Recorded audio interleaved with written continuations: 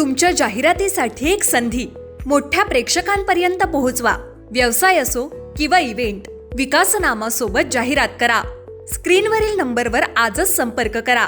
विकासनामा, तुमचा आवाज, तुमची जाहिरात. तसंच विकासनामाला सबस्क्राईब करा आणि अपडेटेड रहा. नवी मुंबईमध्ये भाजपचे 25 ते 40 नगरसेवक फक्त येथील अशाच प्रकारची तरतूद केली होती. खरं म्हणजे या अशा हलकटपणा केला नसता तर 90 नगरसेवक भारतीय जनता पक्षाचे आले असते. मी आत्मविश्वास करतो. आणि अशा परिस्थितीत सुद्धा नवी जनतेने 65 नगरसेवक त्या ठिकाणी निवडून दिले. काउंटिंगच्या दिवशी एकेकाने 77 पर्यंत आपला आकडा गेला होता. एक माझा म्हणजे माझा संजू नाईकचा मित्र दिल्लीमधला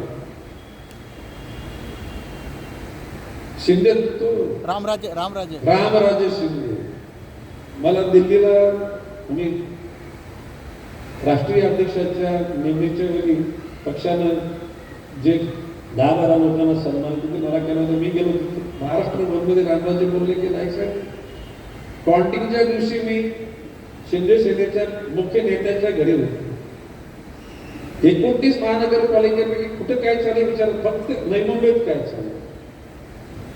आणि असं नवी मुंबईमध्ये आकडा कमी का होत नाही.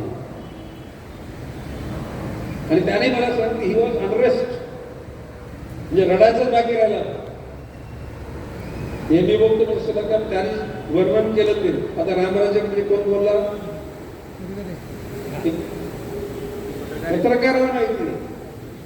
आणि ज्या वेळेला त्याला समजलं का नवी मुंबईमध्ये सगळे संपलं तर त्याला खरं म्हणजे हताश निराश. आता नवी मुंबईच्या मध्ये